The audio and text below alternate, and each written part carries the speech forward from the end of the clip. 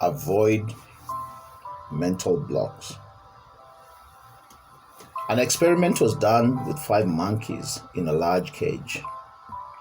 High up at the top of the cage, well beyond the reach of the monkeys, was a bunch of bananas. Underneath the bananas was a ladder. The monkeys immediately spotted the bananas, and one of them went to climb the ladder. As he did this, the experimenter took a horse reel and sprayed him with a stream of cold water. He then sprayed each of the other monkeys in turns. The monkey on the ladder fell off in shock, and all the monkeys sat for some time on the floor, wet, cold, as they tried to figure out what had happened. The experimenter removed the monkey and introduced a new one.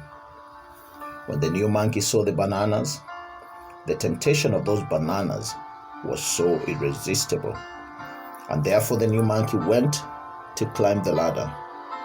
Again, the experimenter sprayed the ambitious monkey with cold water, and all the other monkeys as well. After this, the experimenter introduced another new monkey and removed one of the older ones. The third monkey tried to climb the ladder, but the other monkeys, wanting to avoid the cold spray, pulled him off the ladder and beat him up. That monkey that was beaten was removed from the cage, and a new monkey was introduced into the cage. Spotting the bananas, he naively began to climb the ladder. The other monkeys pulled him off and beat him. It got interesting when the experimenter had removed all the original monkeys from the cage and replaced them with new monkeys. Again, when a new monkey began to climb the ladder, the other monkeys pulled him off and beat him, including the monkey that had never been sprayed with cold water. By the end of the experiment, none of the original 5 monkeys were left in the cage, and yet, despite none of those left ever experiencing the cold, wet spray, they had all learned never to try to go for the bananas because they had experienced a beating. They had also learned the art of pulling down and beating up any monkey that tried to go for the bananas. The lessons that could apply to us are clear. If this is an organization setup, you will find that it is the desire of any CEO or top management to see the organization they run making progress, having huge profits, and generally excelling in the business. The top management can do many things to try and achieve this, including encouraging every manager and every other worker to be as creative and as innovative as possible.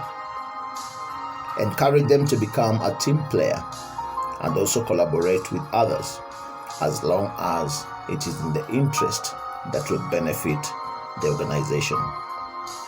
But when people try to do that and cold water is poured on their input, when they bring up new suggestions, ideas, or try something new, chances are that they would not want to try again. And this now creates a sense of helplessness. It then suppresses innovation and creativity because the chance to see if the idea can be developed for it to work has not been permitted. And as a result, people get stuck on how things have always been done by people who have been there and done it before. Yet they still wonder why things are not improving at all. The improvement will come when people begin to get aware of what they have been doing all along to get to where they are, and also ask themselves if it is possible to rank on a better scale and then make the decision on the action plan that will help them improve. This is an excerpt from my book, Decisions in Transition. My name is Francis Wairicu. I am a personal growth coach, and I'm glad that I could share with you this information.